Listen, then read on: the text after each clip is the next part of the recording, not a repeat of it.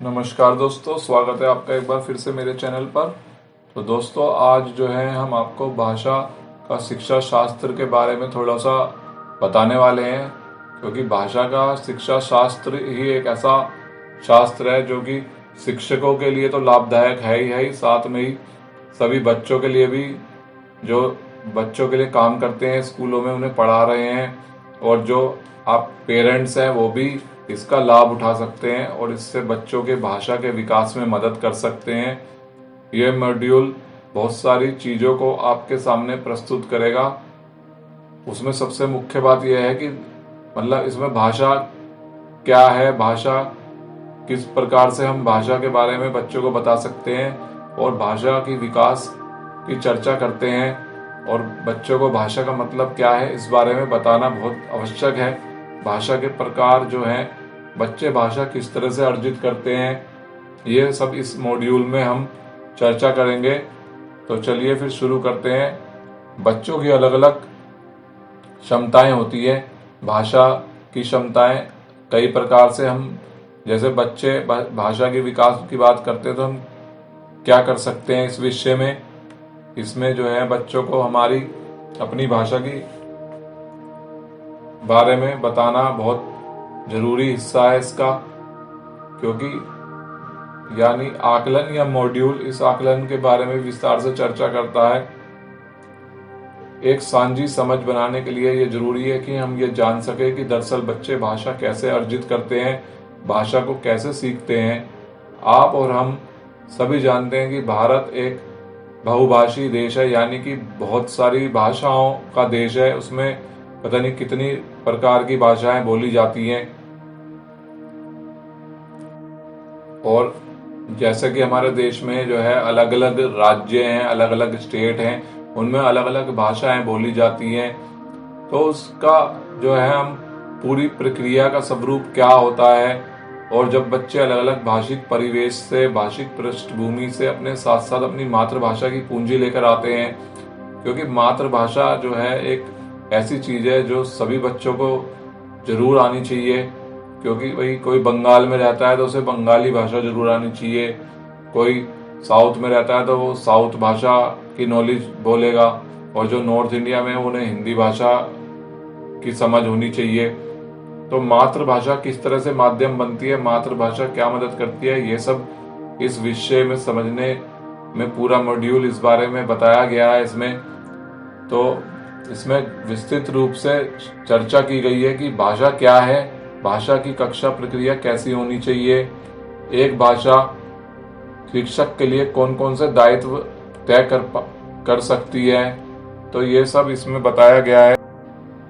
तो मातृभाषा किस तरह से जो है माध्यम बनती है, ये सब इसमें बताया गया है। एक भाषा शिक्षक कैसे बच्चों की मदद करते हैं, और इस मॉड्यूल में ऐसा बहुत कुछ है जो किसी भी भाषा शिक्षक को यह सीखने में और यह समझने में और ये उसकी मदद करता है, जिससे कि वो बच्चों को अच्छे से भाषा के बारे में बता सके कि भाषा बच्चों को कैसे बोलनी चाहिए, कैसे उसको जो है भाषा के विकास में मदद मिलेगी। तो मुझे उम्मीद है कि आप इस मॉड्यूल का लाभ उठा सकेंगे और हम अपने बच्चों के भाषा विकास में मदद कर सकेंगे। तो इस मॉड्यूल को आप बहुत अच्छे से, बहुत ध्यान से पढ़िए। सभी शिक्षक गण से मेरी जो है बहुत हाथ जोड़कर विनती है कि वो ये मॉड्यूल बहुत ध्यान से करें, क्योंकि इसी पर बच्चों के भविष्य निर्भर करता है।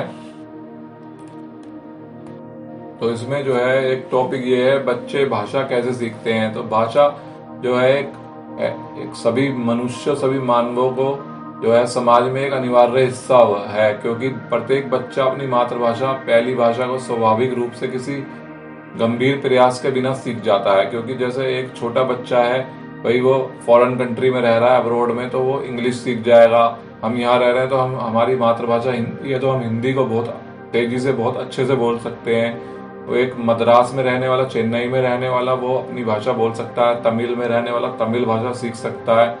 तो इस प्रकार इससे भाषाओं को सीखने के लिए मनुष्यों की प्राकृतिक प्रवृत्ति और विशेषताएं प्रदर्शित होती हैं।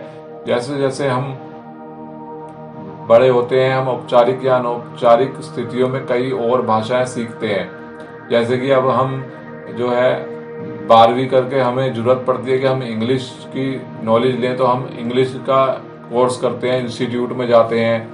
तो इस प्रकार से इसमें ऐसी प्रक्रिया शामिल होती है जिसमें बच्चे स्पष्ट या अस्पष्ट रूप से कार्यनीतियां अपनाते हैं, जैसे अवलोकन, वर्गीकरण, अनुमान लगाना और उसका सत्यापन इत्यादि।